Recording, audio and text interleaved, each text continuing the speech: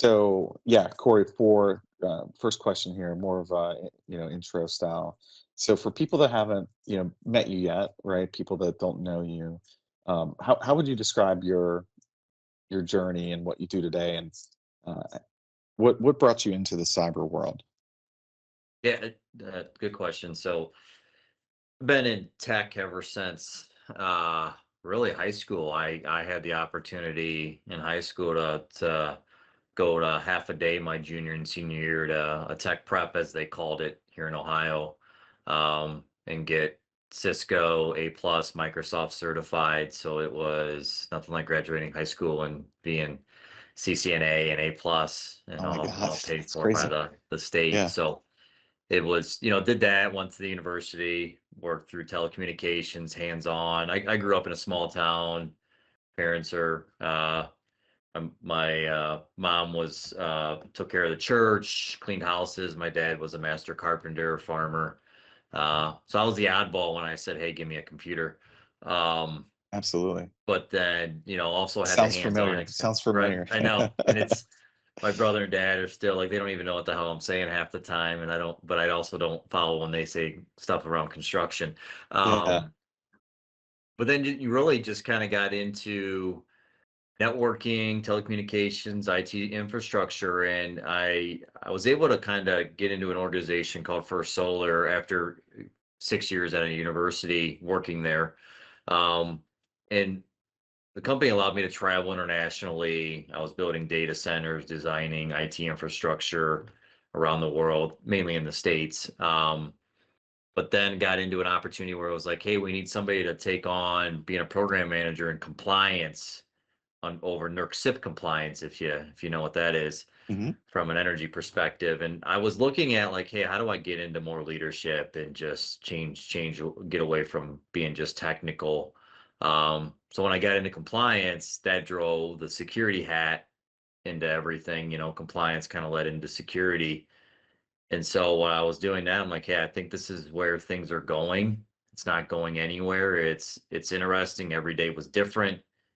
I when I was doing infrastructure, I was designing systems 30 sites at a time. So every day I was looking at a different set of blueprints and drawings, and so I went back and got my master's while I was doing that work, and then got brought in the same company and took over their global SOC for a couple of years, and from there it was just so started like a lot of people do on the incident response side.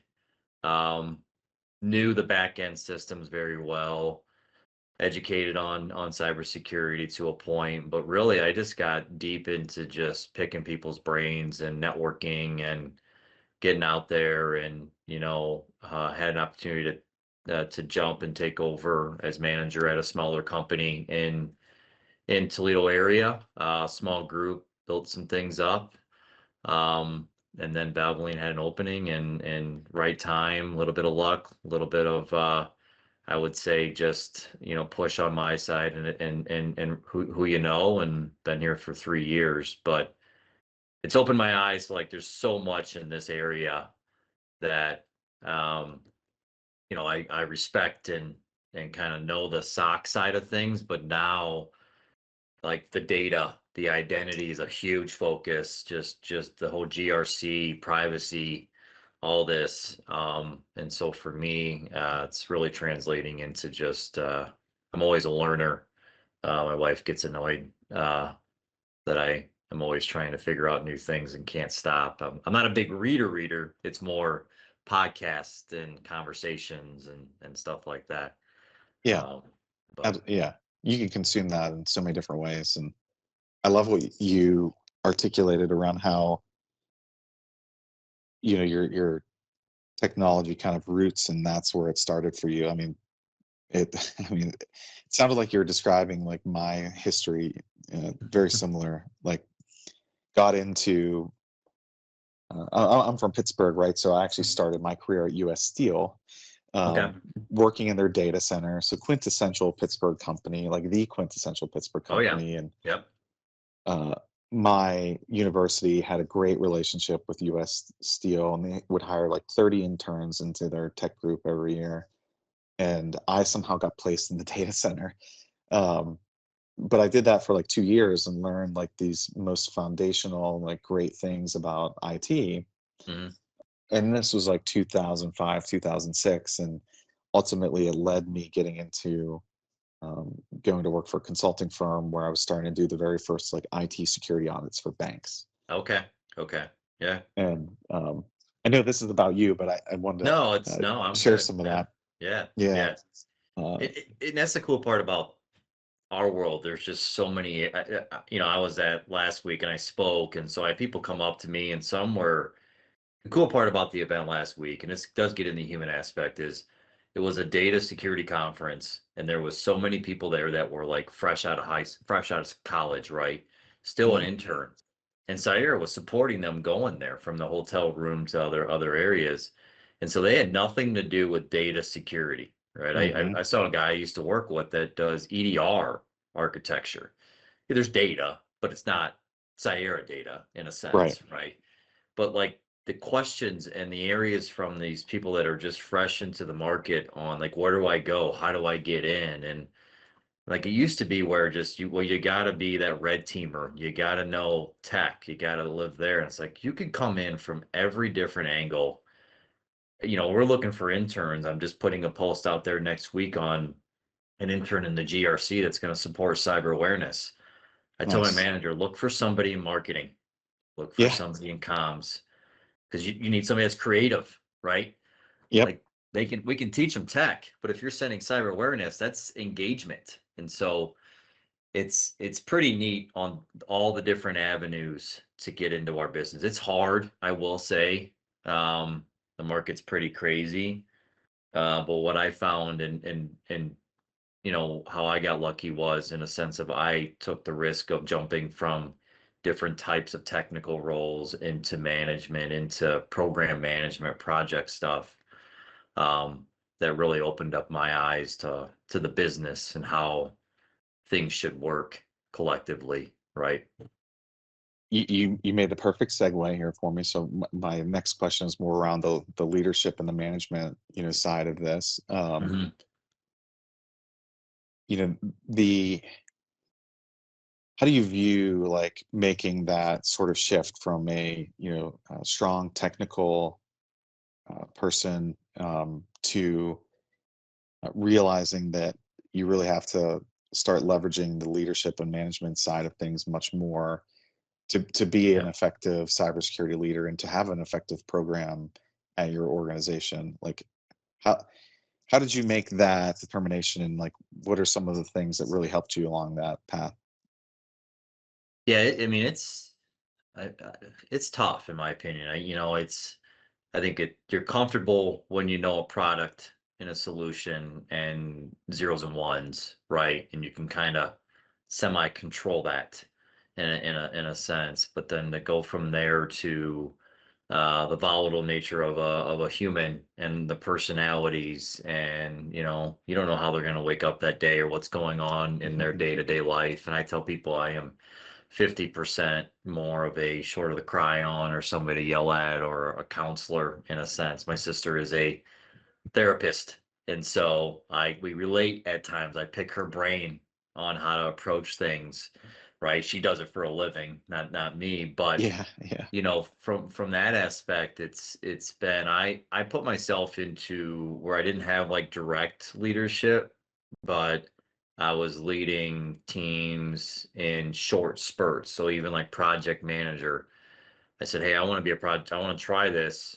While those people didn't report to me in the org structure, they were following my lead, and I was in a sense influencing them or helping them, get where they needed to go from a 6 month or a 2 year, whatever standpoint.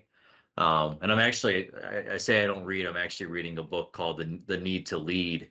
And it gets into that around just how in every aspect and everything that you're doing, you're a leader one way or another, right? You could, again, you can be an analyst leading a short-term investigation, Hmm. right? Cyber awareness. Hey, I led this October awareness thing. Here's my direction. But I think for me is just being comfortable with yourself, and I've always told my team, bring yourself, your whole self to to the organization and day to day, and having respect and empathy for others. But then also knowing, like, from a tech perspective, what's what, and understanding it. But I put a lot of trust into my team and say, even this afternoon, we're looking at a new sim. Like, you tell me Yeah. what you think works. Don't worry about the budget. Worry about it, but don't drive that. I will figure that out. You tell me technically what you think makes the most sense, and I will fight like whatever to get it in for you. And so I think it's just kind of the empathy is a big thing that I push as well, being vulnerable. But I I love that you brought that up. So I'll give a plug for my friend Jamie. He's the CISO over at Platinum Equity, a PE firm. okay, That yep, but actually they own the Pistons. Platinum Equity owns the nice, Pistons. yep, That's Tom Gore's the owner of Platinum Equity. He's a Detroit guy. But Jamie just wrote a book called "Stop Training Robots: How Emotional Intelligence Transforms Cybersecurity." Um, yeah, okay, you would write that love down. this. You would love this. Okay, And it's all about that kind of like intertwining of technical need with human empathy, and yeah, um, it's hard, and like you said, in our world, right? Because when something bad happens at 2 a.m., right, somebody's got to fix it, and um, yeah. you know we work hard in this world, right? It So And a lot of the questions that I even, again, this afternoon, I was asking my team, hey, I can increase a scope and something on your side, or something that's going to get sent to you.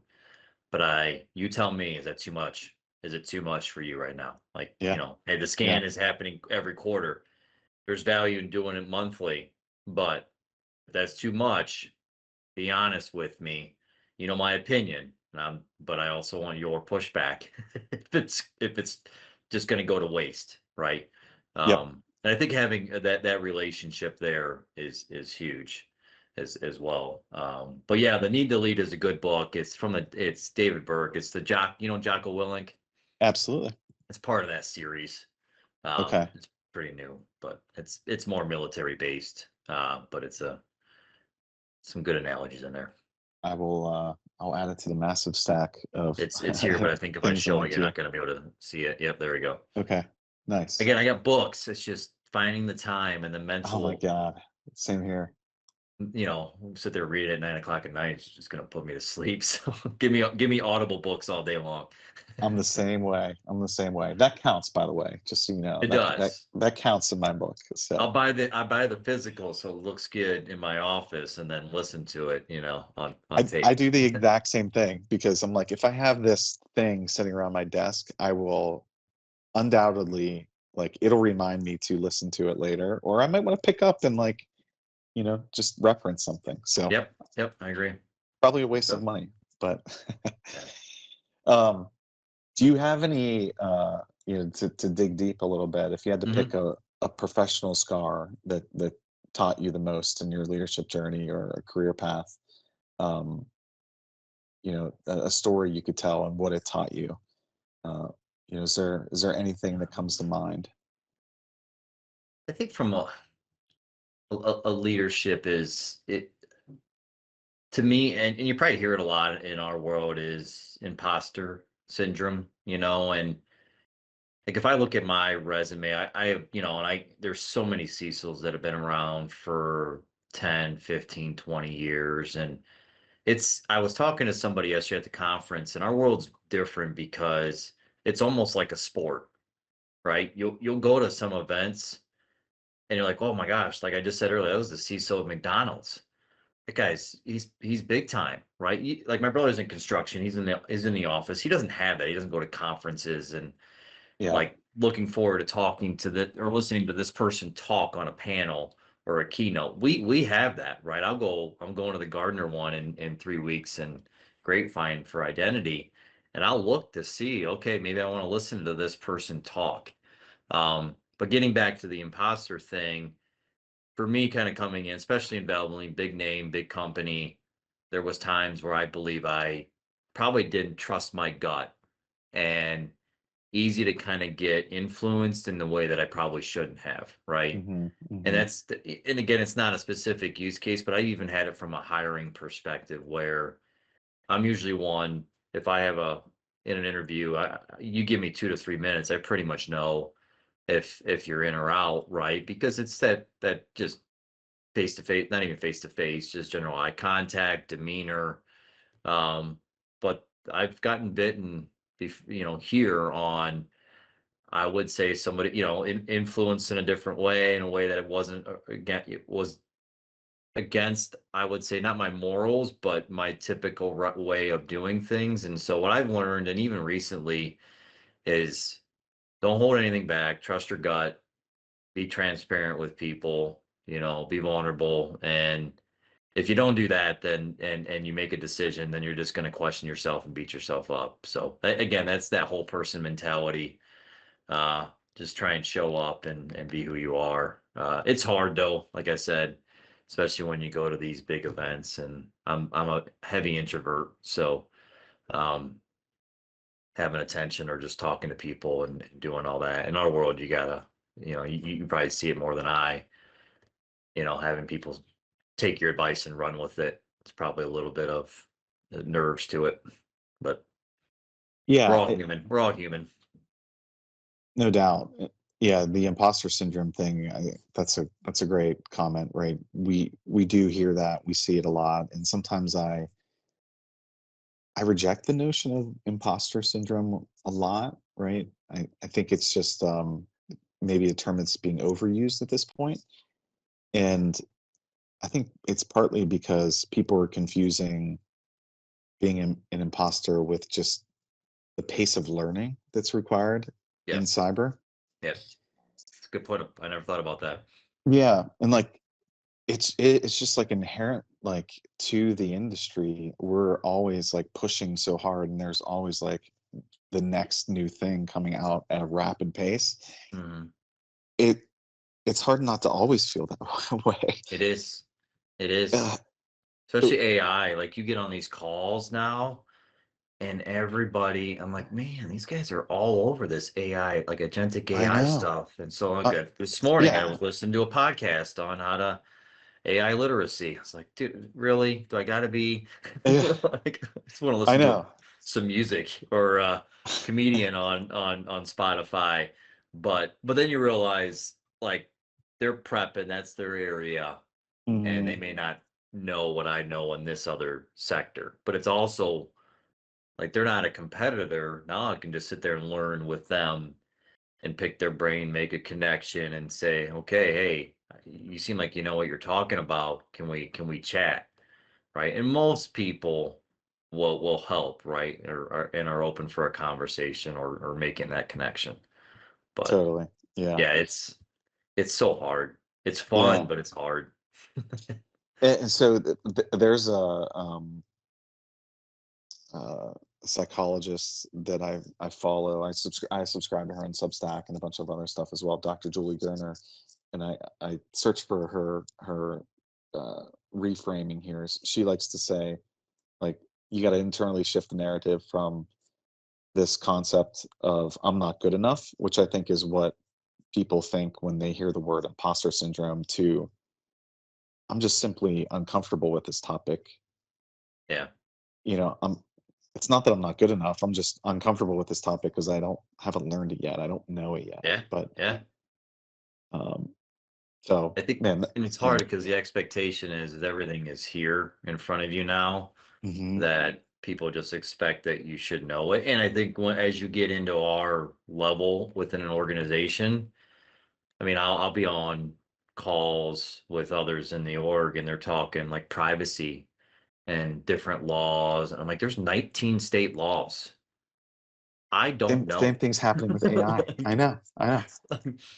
but I know a guy on my team that I can Yeah. get on the call or shoot him an email, and here you go. That's part of my job, is to get the right person in the room. But it's that instant gratification or answer, and like AI does not help, or having a cell phone, or even back to when we were, in school, Google, right? And just like people just want that, but it's take a breath, and one of my, on the people side, I am a heavy like listen first, talk second. And so you'll in meetings, a lot of times I'm not the one leading the conversation, but I will chime in and give you good input and thought. Or sometimes I'm just like, yeah, thumbs up, sounds good, let's go. Like, you're on the right path. I don't need to reconfirm what you already said. You know, How do let's you just get go. to that level of trust with somebody like on your team or like a vendor or whoever it might be? Like for you, like how do you achieve that level of trust with somebody? To me, it's time, overall, and like with my team and being remote's tough. I Yeah. don't, Yeah. we do video calls and such, but I think my demeanor helps because I'm not like strong-headed and in your face. I'm pretty laid back. I talk about my kids, my wife, and I'm vulnerable, and I call myself out if I mess something up, or hey, I need your help here. So I think it's a matter of just being vulnerable, being me, and really just get. I learned it as a project manager. As a project manager, my main thing was just get clear the tracks, right? Just get the bullshit out of the way, so that team, the SMEs, could do their job, right? Tell them, hey, let's be organized, let's make sure we know what needs to be done. And then when things need to get escalated or moved in a certain direction, Corey, hey, get that person out of my way, let's go. So I'm an escalation point. I'm accountable for things. Um, and then I just make sure they're comfortable as I put them in situations too. All right. Some people, they just want to, they're good at running with it. Hey, give them a task, go talk to this person, go in front of these people, do this stuff. I've got leaders on my team that, well, they don't want to go in front of anybody. They don't want to cause any conflict, and everything has to feed through me. So I think it's just chipping away at that, and seeing where they want to go in their career as well. Yeah. But yeah, a lot of it's just time and having that vulnerability, being vulnerable, and slowly building that trust up. Yeah. I think, some of the personal connection that you also Mhm. mentioned, right? I think that's very important. There's a concept we talk about it at Echelon. There's a trust equation, right? And um, there's some simple parts to it, like being credible. You know, Yeah. okay, you have a CISSP or you have like a cert that's related to what you're talking about, and you sound reasonably credible in what you're saying, and okay, Yeah. that person can do the job, right? Are they reliable? Like they show up to the meeting on time, they get their work Right. done on time, they call me back, fairly quickly. But the Like that. point you're talking about, right, is like uh, the intimacy part of the trust equation. Hmm. So, um, intimacy in a sense of like, yeah, do you open up, we're on the human level, right? Right. And how do the people you work with react to that? Do they open up? And um, I think those things really build trust, right? When you can sort of connect a little bit on that human level and, like you said, be vulnerable. So that's fantastic. Yeah. It's an interesting balance though too. I mean, I've been on calls where it's like, hey, we actually gotta talk work. Can we not? Yeah, Can we yeah, just like, it's awesome we're talking about your weekend or what you did last night. And I usually bring that up, but and I yeah, learned this from my project management days. And it's like, okay, I'm able to flip it into like, okay, now back to the agenda. Let's just okay, and they yeah. get that right. There's the balance, and Valvoline's a heavy people culture first, which is, I mean, I've got people on my team that have been, 19, 21, 25, 33 years. That's rare, Wow. right? Some that have never worked anywhere else. And so, when I came here pre-divestiture, because we've split recently, they were like, yeah, we used to go to somebody's, cabin for the weekend and hang out. Like that is pretty rare. Yeah, yeah, Like, and you're, I mean, odd to me, but they would do game nights. They were big, board game people. A lot of the team was, and so it's just, we were joking earlier today, like, hey, one of my guys, he rents out a at a cabin or a camper site, and he had an open lot. I'm like, we should just reserve that, and that's where we can have our team events. Is just get outside, do some fishing, yep, but and just have fun. I was like joking, but not joking, right? On that end, but again, that takes time, and personalities are hard. Not everybody gels. But I usually say, hey, you guys can't get on a call, work it out, get to know each other. Next time we're in person, let's go out. And I've had that where it's like, man, that guy was, when he first started, he didn't rub me the right way. And then, oh, we just had dinner last night. We're good. yeah. Yeah. Yeah, I've seen that too, right? You butt heads on like the technical matters or like when you're just talking business, but sometimes, it takes that like you build a bridge with some of the human connections and Yeah. it gives you a little more of that empathy and you could attack problems with a little Yeah. more of a clear head. And I've helped do that where it's like I know more about each other than you guys know about each other. So I'm like, hey, well, ask them about this. Yeah, yeah, That's yeah. where you got that in common. Hey, Yeah. I'll bring Lead this up them real quick. Yeah. lead them to the Yeah. water a little I'll bit. bridge That's that great. friendship. Yep. Yeah, yeah. Um, one question I really want to ask, that I love this one. Where'd it go? Oh, if you could put a message on a billboard that every new CISO, would drive by on their way into the office every day, Yeah. what would it say and why? Um, I know what not to put as a real world experience, but I have a friend that works for a company around here in this, and I'll get to your, sorry for sidetracking, but it's kind of No, funny. no, Uh, I want to hear they, it. they, they, the CEO put, without the CISO knowing, put on the board, hackers suck, uh, on a billboard and made a website out of it and everything. And he was not aware, and just talk about drawing attention. Oh no, oh no. Did They've something got bad like, come of that? yeah, he was pretty, and he's still there. But it was like, dude, man, that's That's horrible. crazy. That's So yeah, crazy.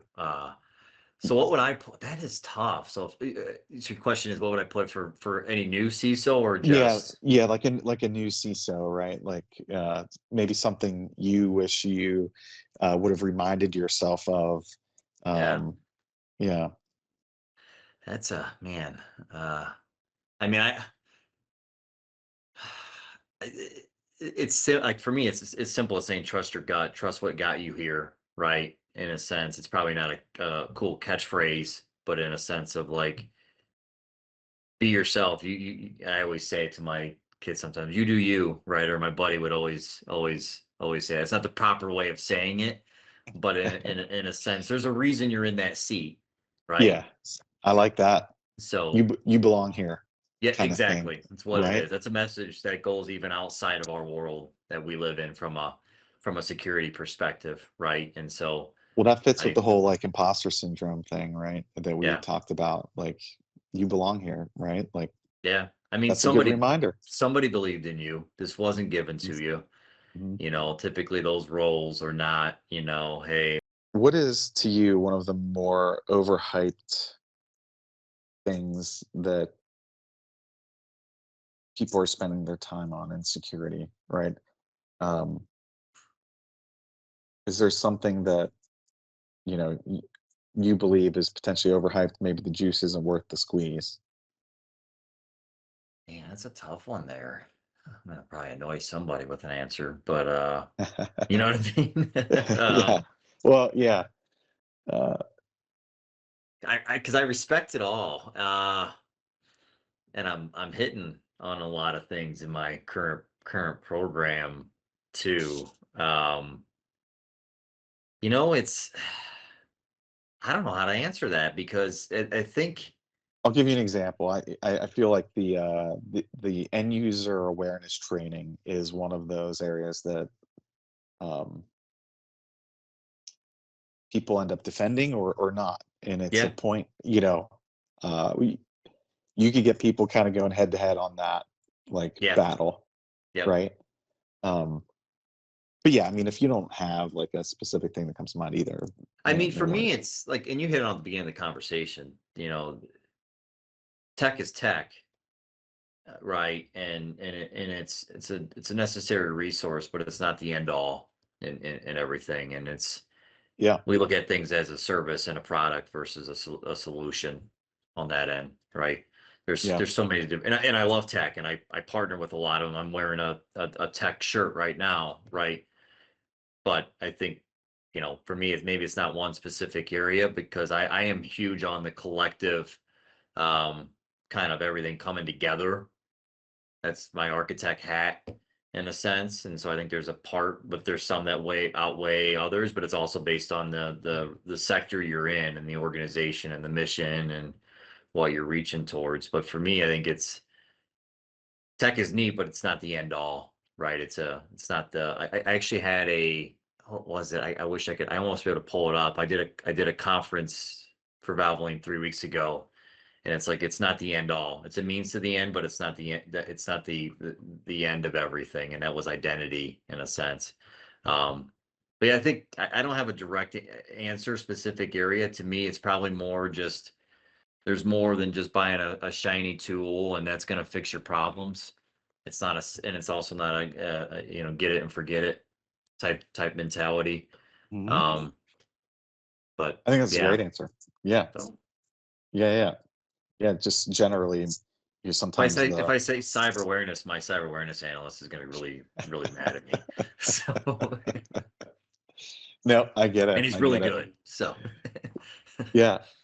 No, we'll stick with the theme of like, yeah, sometimes the tech in general gets overhyped, and the people side of it is maybe a little too underhyped and yeah. deserves more of the podium.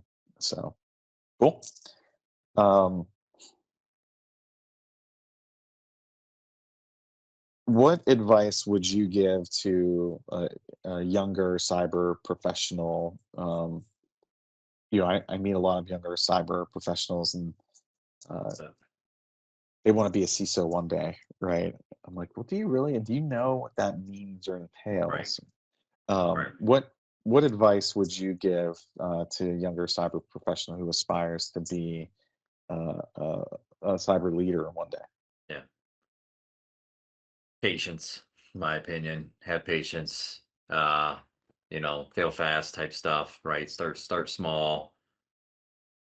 I mean, it's always nice to be an SME in one area and know that like the back of your hand. But I mean, if you want to be a Hmm leader, you got to be broad, right? You got to be able to kind of make things work and gel. Plus, it's be social, right? As I always tell my team, like, there's times where they're not getting. I even tell my kids this, like, they're not getting good answers. I'm like, well, ask a better question, right? Yeah, Because it yeah, seems like if we're not getting the right answers from the vendor on what they're doing, well, what questions are we asking them? Maybe we need to elaborate a little bit more. But I think, and it's worked for me, is, you know, pick and choose, again, take a small risk when you can.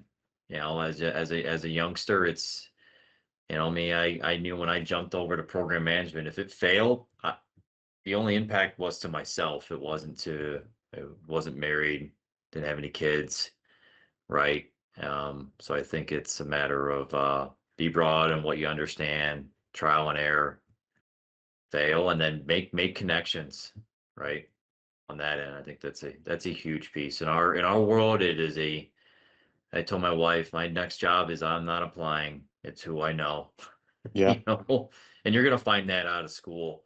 I mean, even now, I made connections last week. That Anywhere in person is a life, I feel LinkedIn like, yeah, LinkedIn connection where I'm hiring interns. Guess what I'm gonna do? I'm probably gonna reach out to them and say, hey, you know, you know, apply if you want, on absolutely. that end. So it's, And what an opportunity. Yeah, yeah. yeah, And being in tech, it's easy to sit behind what we're on right now, our screens, and be really good at that. And there's nothing wrong with it. But if you can't get on a call and explain that to somebody, that's a problem. And we've all seen hmm those individuals that can't, and it's going to be really hard for you to be a leader if nobody will listen to you, or, in a sense, kind of understand or respect what you're saying. So I think it's, yeah. get out there little by little. It's hard, but yeah, even if it's not tech related, just step out, you know. Yep. I love that. That's a wonderful answer.